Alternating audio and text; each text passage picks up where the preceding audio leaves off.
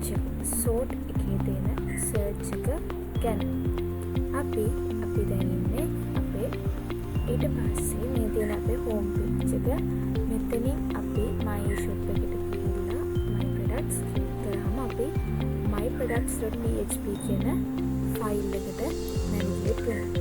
ඊට පස්සේ අපි කරන්නේ මෙතන තියෙන sort එක sort product කියන section එකේ තියෙන sort එකේ search එක ගැන තමයි අද අපි කතා කරන්න යන්නේ. අපි මෙතනදී lab කියලා search කරොත්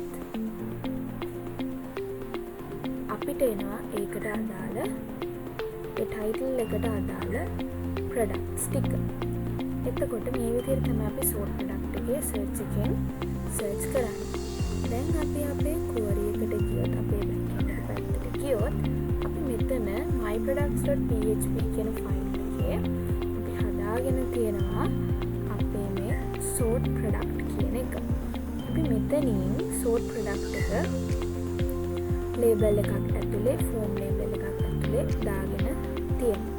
ඊට පස්සේ ඒකට අදාළ design එක තමයි මේ තියෙන්නේ. අපි input type එක text දීලා placeholder එකක් දීලා තියෙනවා search කියලා. class එකක් දීලා තියෙනවා form control කියලා. ඊට පස්සේ අපි මෙතනදී id එකක් දීලා තියෙනවා s කියලා. අපි මේ දීලා තියෙන id එක අපි js එක පැත්තෙන් බැලුවොත් මේ id එක s කියලා ගන්න තියෙන id එක අපි අල්ලගෙන තියෙනවා මෙතන document.getElementById s කියන එකෙන්. මෙතනින් තමයි අපි අපේ search එකට අදාළ id එක අල්ලගෙන තියෙන්නේ. ඊට පස්සේ අපි ඒක assign කරගෙන තියෙනවා var search කියන variable එකට. ඊට පස්සේ අපි එතනින් එන data ටික අල්ලගෙන තියෙනවා මේ data ටික form එකකට දාලා තියෙනවා. form එකට දාලා අපි ඒක send කරනවා sort process.php කියන ෆයිල් එකට. අපි ඒක යවන්නේ post method එකකින්. ඊට පස්සේ අපි sort process.php කියන ෆයිල් එකට ගියොත් අපි එතනදී session start කරලා අපි check කරනවා අපි මේ session එකක් හැදිලා තියෙනවද මේ mail එකට කියලා user ගෙන්. ඊට පස්සේ අපි ඒක $sign email එකට දාගන්නවා. ඊට පස්සේ අපි මේ පැත්තෙන් ගත්ත මේ s කියන value එක කියන්නේ s කියන value එක අපි අල්ලගෙන තියෙනවා search කියන එක.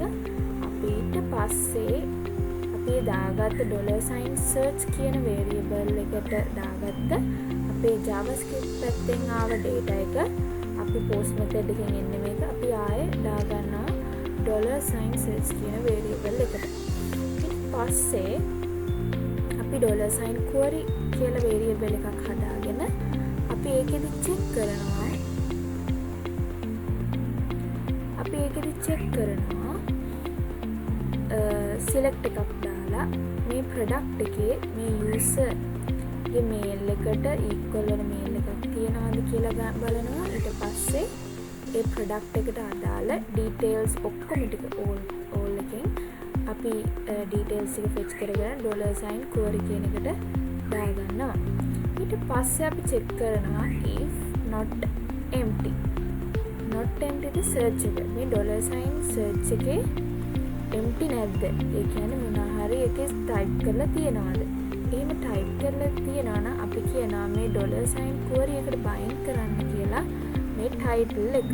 අපි like card එකක් use කරලා අපේ wildcards කියලා අපි ඊට පස්සේ මේ අපි දාගන්න අපි type කරපු එක අපි search එක තුලින් ගන්නවා. ඊට පස්සේ අපි මේක මේ අපි දීලා තියෙන මොනවා හරි text එක තමයි මේ තියෙන්නේ. අපි ඒ දෙපැත්තේ percentage mark එක දාලා ඒක ඇතුලේ තමයි ඒක දාගන්නේ. ඊට පස්සේ search කරනවා මේ දෙක ඇතුලේ මේ අපි type කරන එක තියෙනවද කියන එක තමයි check කරන්නේ. ඊට පස්සේ අපි ඒක query එකට bind කරනවා. අපි මෙතන sort process එකේදී අනෙක් parts check කරලා ඊට පස්සේ අපි ඒක display කරනවා sorting product වල. එතකොට මේ විදිහට තමයි අපේ sort product එක වෙන්නේ. Thank you.